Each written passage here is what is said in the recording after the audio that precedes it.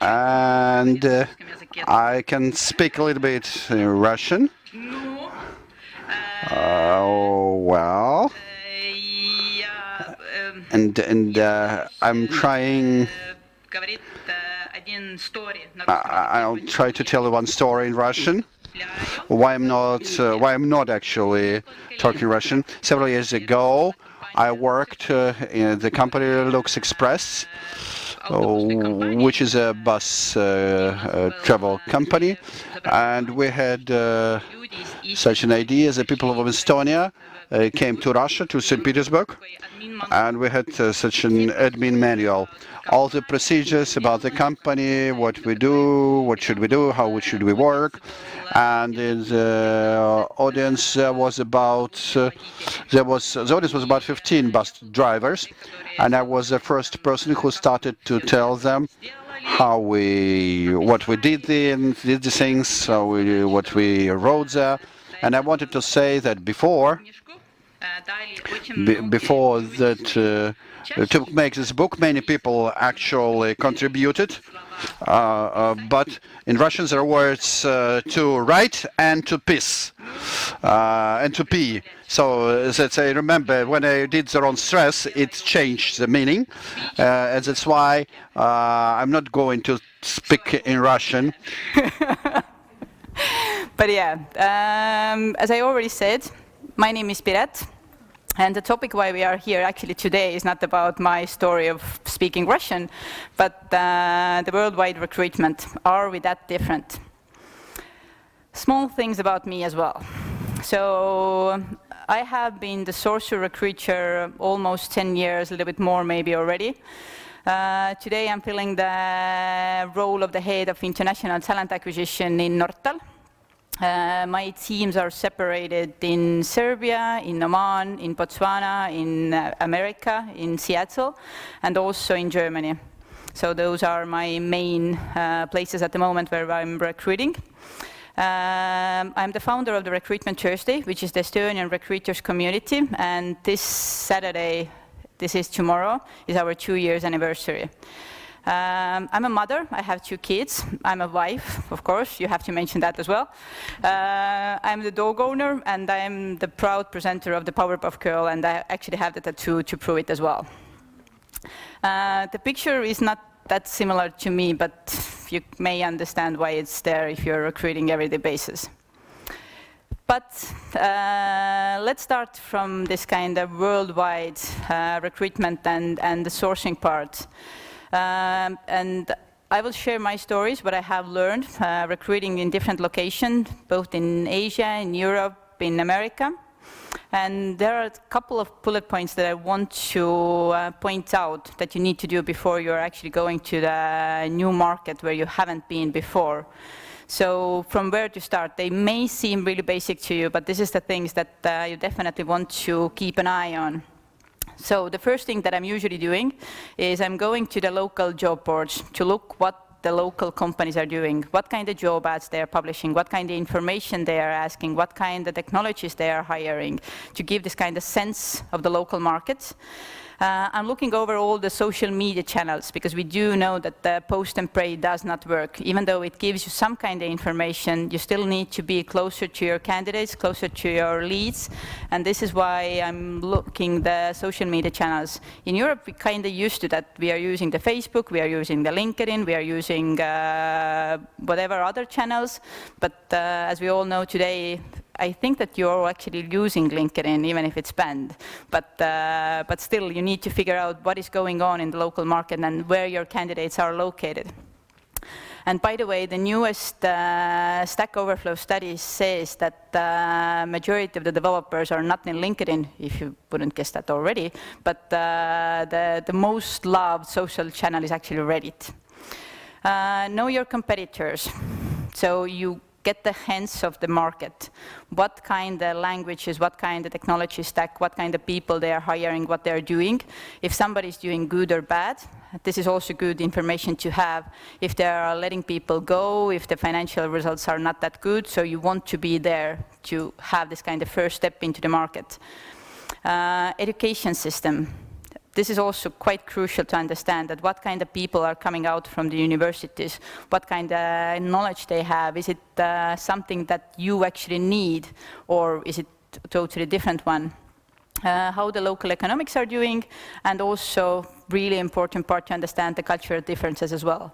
Why? Because in most of the cases we are going to the new markets and we are thinking that yes, our company culture is something like this, and we are looking people who are fit with our culture, but we kind of tend to be arrogant about it, and we are not thinking that those people have used to have different kind of ways of working or different kind of ways of doing.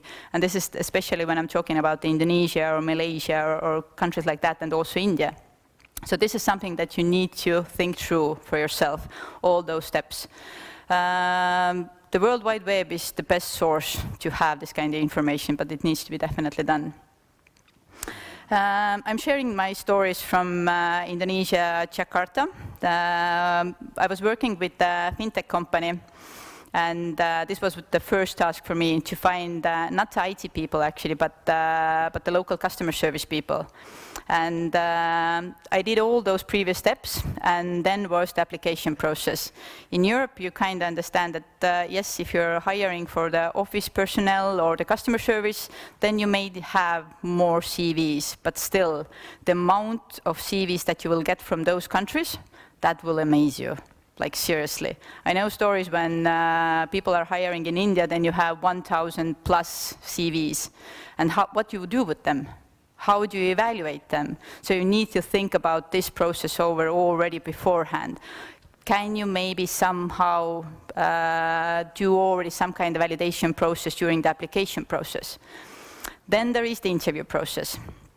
My experience was that I did online interviews when I was still in Estonia, and then flew in for the local interviews to do them together with the local hiring manager, and to have this kind of face-to-face feeling as well. During the interview process from Asian market, I have faced several funny stories. The fun story was that we had one technical interview where the guy was sitting with the headphones, the small ones that you plug in into your ear. And when we were asking technical questions, he was kind of slow with answering. I was thinking, like, what? Is it like thinkingly slow, or what is going on? But in one point, we actually understood that he's listening our side from one ear, and he's getting the answers from the another one. So that's why there was delay.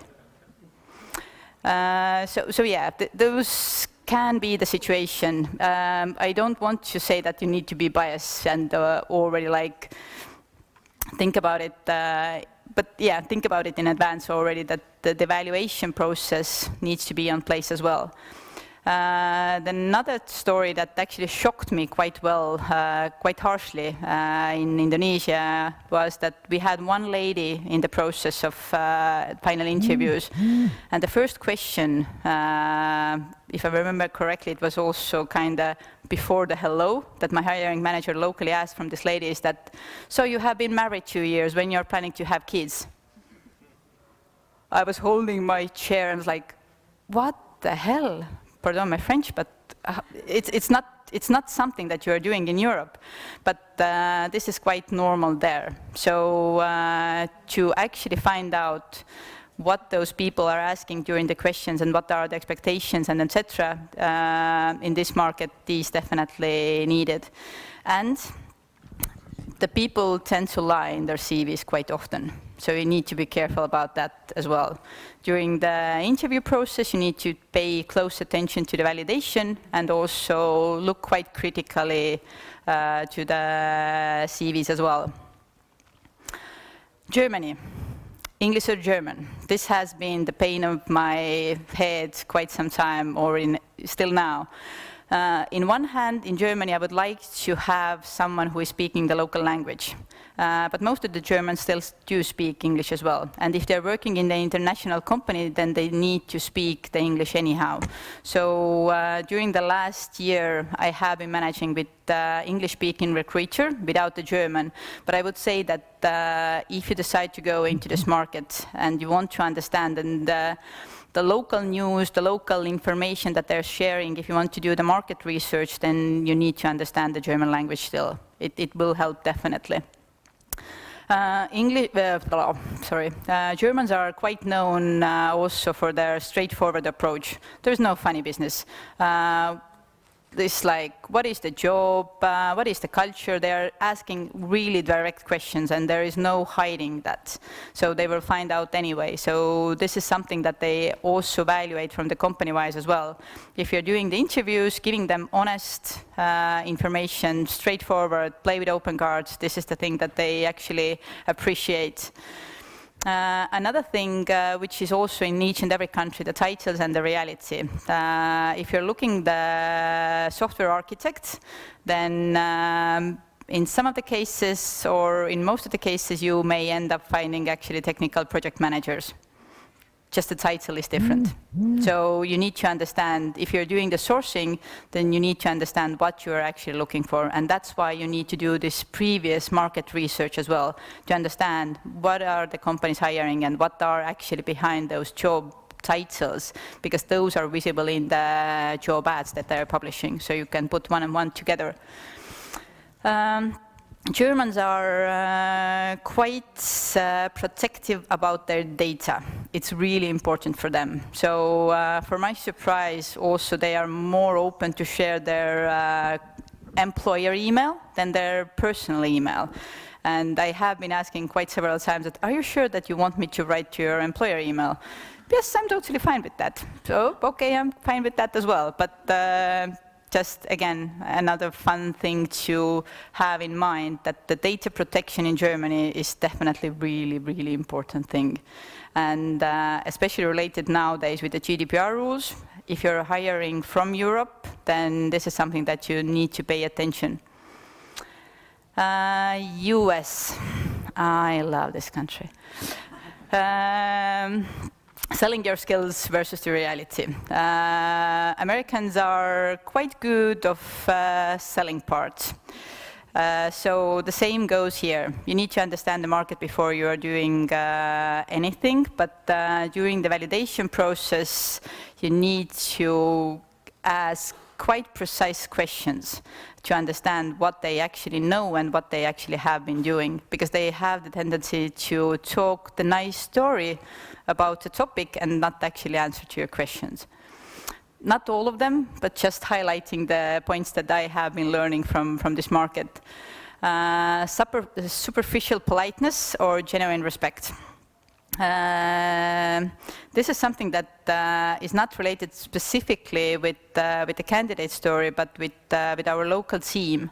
So we bought the company in US, and when we started the merging process, then everybody was really polite. They are always saying thank you and no, and never arguing with you.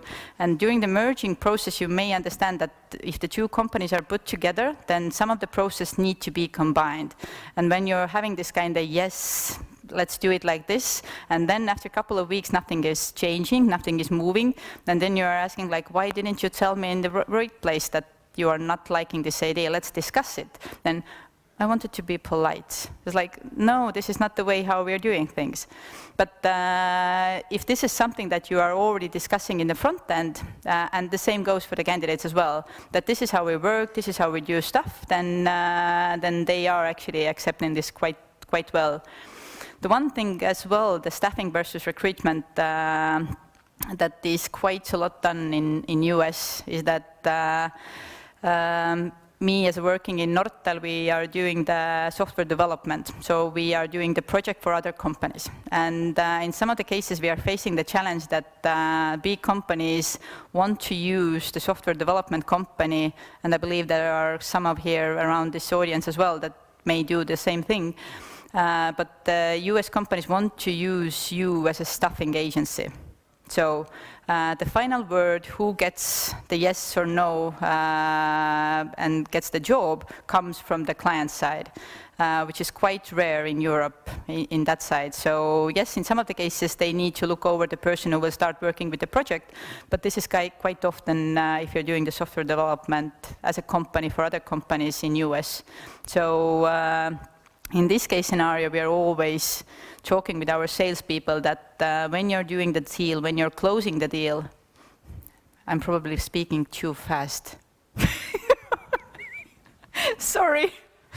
I got excited. I'm so sorry. So,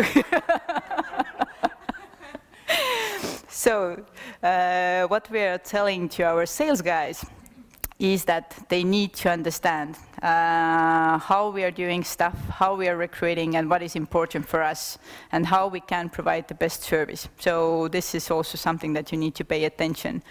What was shocking for me when I was visiting Seattle in the beginning of the year was that there was snowstorm, and all the Estonians and also Russians and other people in Europe know what the snow is.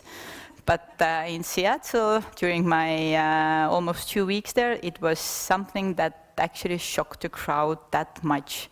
We were having the Friday meeting, and during the middle of the meeting, you know, this really nice white snow is starting to flow down.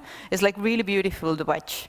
And the people were like white from the face and saying that we have to go away. We have to go away, otherwise we cannot go home. So yeah, we finished the meeting in the middle. But what I wanted to say is that what was also shocking for me is that the bubble where the people are living in the local places, the news that they are listening are most of the cases local. So yeah, it's also something that you need to probably do during the recruitment process as well. If you are recruiting from US, a little bit share the knowledge that you have, to share the company information more widely, so they would be more open to join you.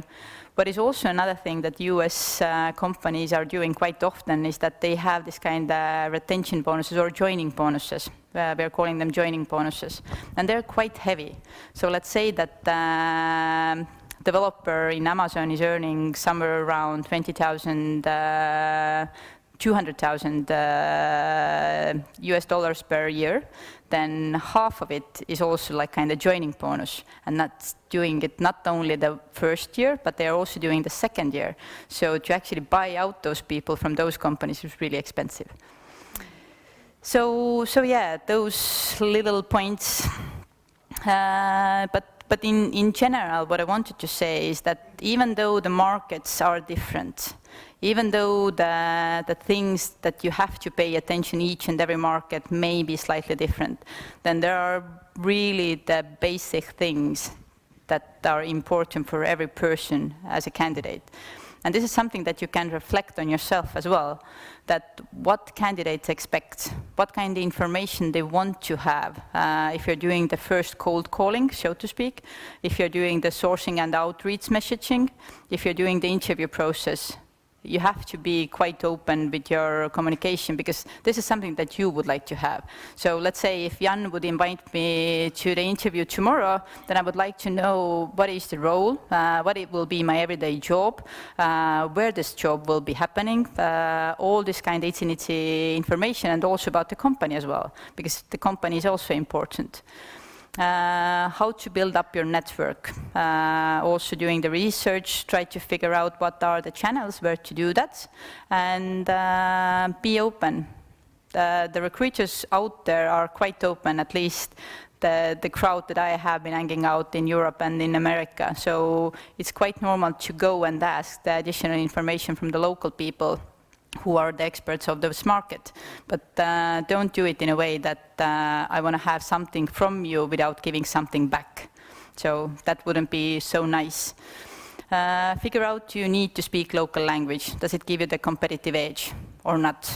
I have always said that you can do recruitment from anywhere. It doesn't matter.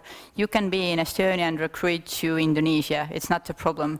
But you need to think through what is the volume, what is the time difference. Because recruiting from Estonia to US with a 10 hours time difference, that would be already kind of hard thing to do. Legislation, and this means that what kind of rules apply to the data protection, how long you can actually keep the data of this person, when you have to notify them during the sourcing process already, how you do that, where you collect your GDPR compliances and everything else. Also basic thing, how they want to be treated during the recruitment process, that the information is up to date. So this is something that is the same each and every location of the world. We want to have the information, and if you're not giving this to us, then somebody else is giving, and then we're going to that.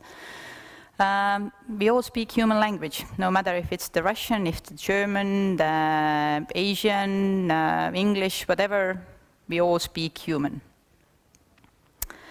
And also, little slide, when Jan was doing his presentation, I remembered that I didn't put the source, but this is from LinkedIn. I don't remember exactly what kind of survey it was, but yes, I would like to say that career is this journey. It's not loyalty. So when you're screening the CVs and you're looking that somebody is changing the job after every 1 year or 1.5 years, and your manager says that this is job hopping, then today's market, it's not. The people are looking for the right place to be, and they're looking for the meaningful job. So this comes out from the survey really nicely, that the first reason why people are leaving is the lack of opportunities to use skills and abilities. And this goes together with the growing as a person or the professional as well. And of course, the second is the bad management, which goes together with the toxic workplace. So no surprises actually there. But the second part of my story that I also wanted to share is that we can find people. The sourcing nowadays with the automations, with the technical solution, is quite easy. But when it gets tricky is the communication part. So you have to build your communication up from, so you will get the higher response rate. So this is something that I'm really keen on continually learning all the time. So for that, there are the important parts. You have to validate the profiles, that they are definitely fit for the role, that they are the right experience. But there is something that you won't get from the profile. If you are looking in the LinkedIn or wherever the place is, you won't get the culture fit or the personality fit. But there are some of the things that help you out to actually put together the nice overall profile.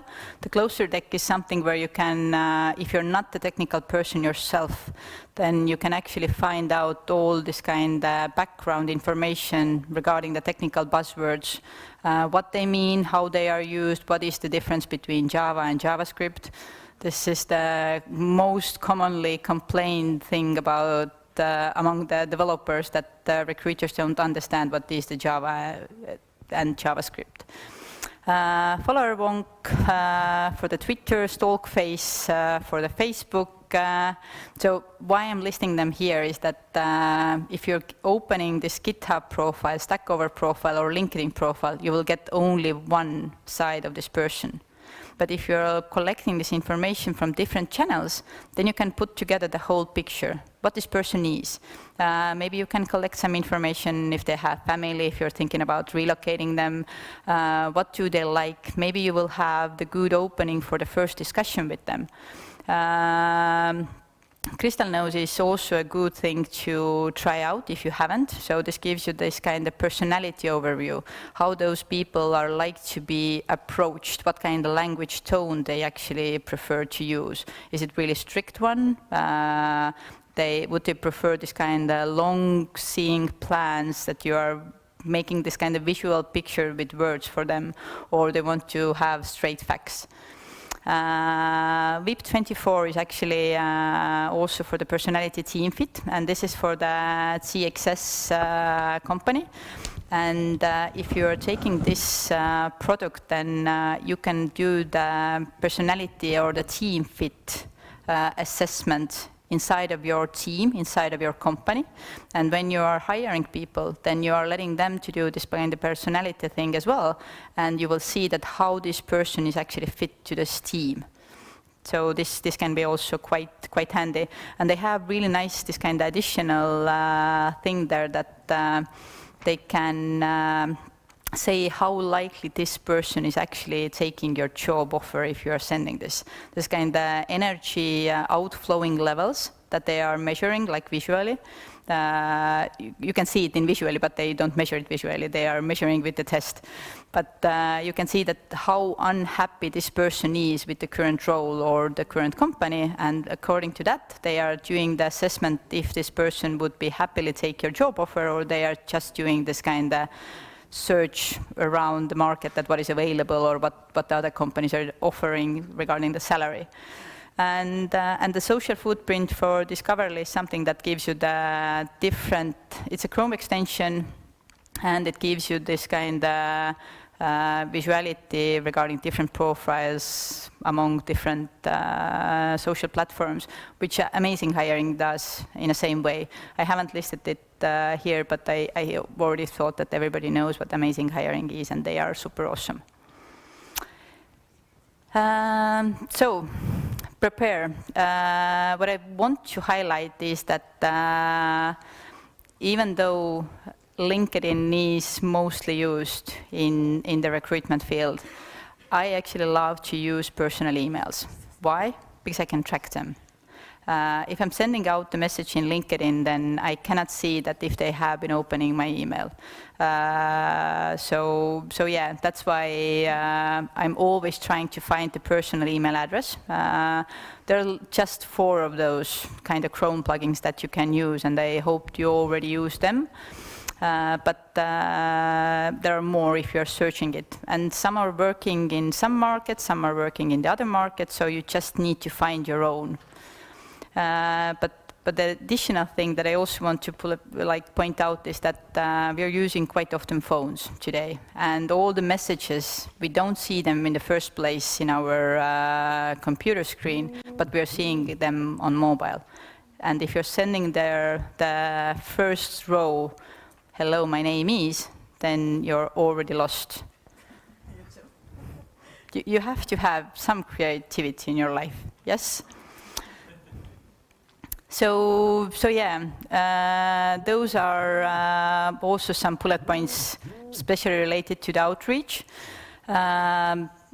It's easy to put the draft message together and mass spam all your LinkedIn contacts or your ATS contacts, but please don't do that, because the response rate will be quite low, and you're just wasting your time and also your candidate's time.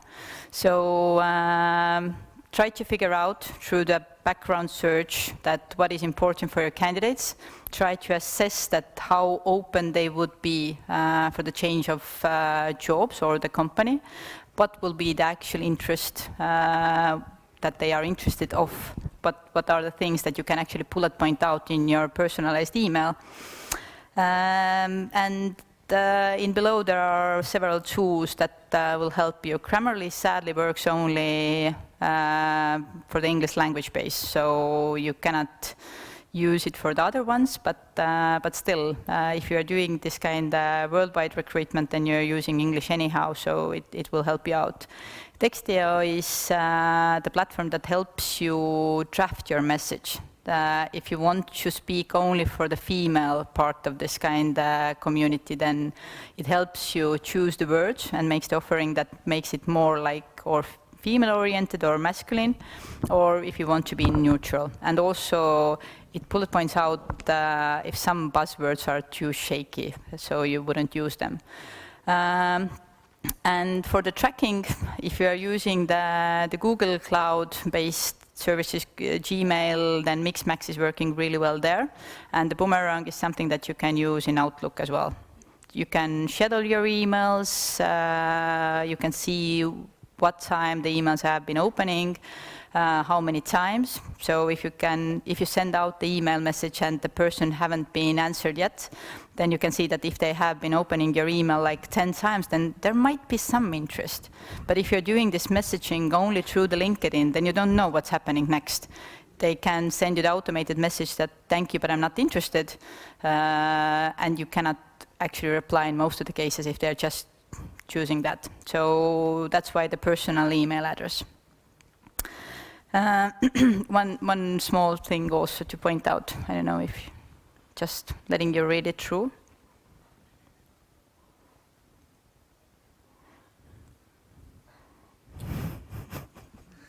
Was I too mean, Jan? No, it's true.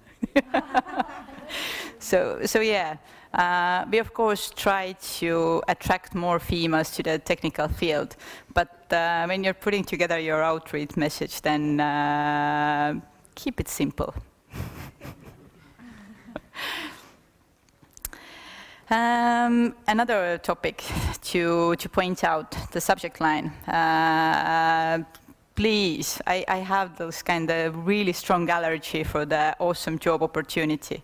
So don't use it, neither in the subject line, neither in the outreach message. Be creative, try to figure out something new. The things that I'm listed out here, this is just one page where you can take the quotes, but in most of the cases I'm taking the subject lines from the background search. There was one case where I found the email address that was really shaky. It was something like it does at something something, and I was thinking that it cannot be this kind of email address, the correct one. And I googled the email address, and I found out that the guy is actually playing in heavy metal band. And through their Facebook page, I found out that they are looking for the bass player, and that was the subject line of my outreach message. So yeah.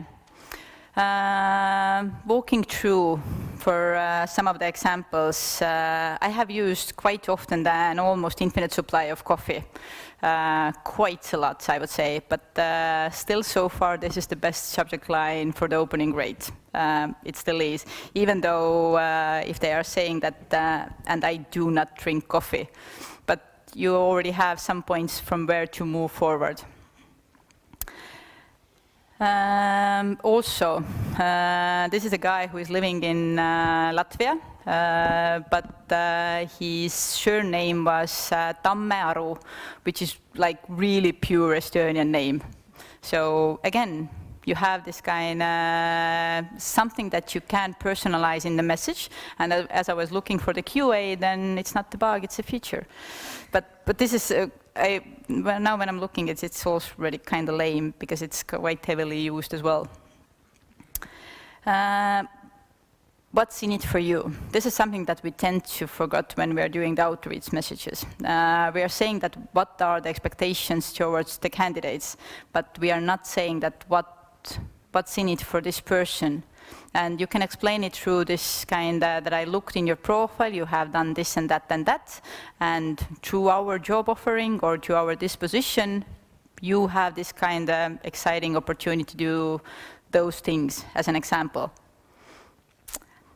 Also, look, our office in Germany is in Düsseldorf, so it's not that big. Germany in overall is big, but Düsseldorf is not that big. So in some of the cases, we are looking really, really specific skills. So in those cases, I'm actually approaching people who are living in Berlin, as an example, or in another German city. But I'm always saying already in the first email that this may be not the thing that you're interested in at the moment, but maybe you're open to discuss this, and then let's move forward from there. My good friend Dov also shared some time ago his example of how to actually, if the person is reading the full stack recruiter in the Goodreads, then most probably he has an interest for the recruitment. So why not to recruit recruiters through this kind of approach? But in some of the cases, the people say no to you. Is it the final answer then? Then we are saying that, thank you, come again. No, of course. This is actually, there is the saying that the actual selling point starts from the no. So in these cases, I have always said to people that let's meet, let's have a coffee. It doesn't oblige you for anything, but I will tell you what we do here, and then you can decide if this is something that you would like to do. And I would say that 60% out of the cases, I can actually say that we have had this coffee. Yes, in most of the cases, the deal is not coming, but it's also kind of the employer branding. And the deal is not coming because they are not, this is not the right time for them, but you cannot teach those candidates. You still have to have this kind of employer branding ongoing, and this is the place where to do that. If you're teaching the communication there and then it's harder to actually start it again in the future. But yeah, in some of the cases, as I already mentioned, that if you're not tracking your emails that you're sending to the candidates, then you don't know what's going to happen with them. And in LinkedIn, you can send one message, maybe second one, but it's kind of get awkward already. And it is kind of silent. But if you're using the personal email addresses, then it gives you the opportunity to use this kind of system. Usually I'm adding in the front that I understand that you are a really busy guy or girl, that your everyday life is really, really busy, so you don't have time to write me this kind of long explaining email, but I will make your life easier. So pick one up from the list, and let's see where this goes. And each and every one of those answer options, you actually have the action point to do the follow-up. Would it be that I'm really happy with my current job and the team and I'm not planning to change? Or whatever the thing is, you still have some kind of information to actually continue and build your talent pools. Because building your talent pools, this is the really important part.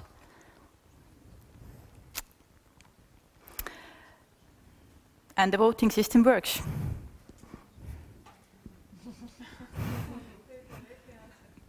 So yeah, it's not only a number, because it's never only a number.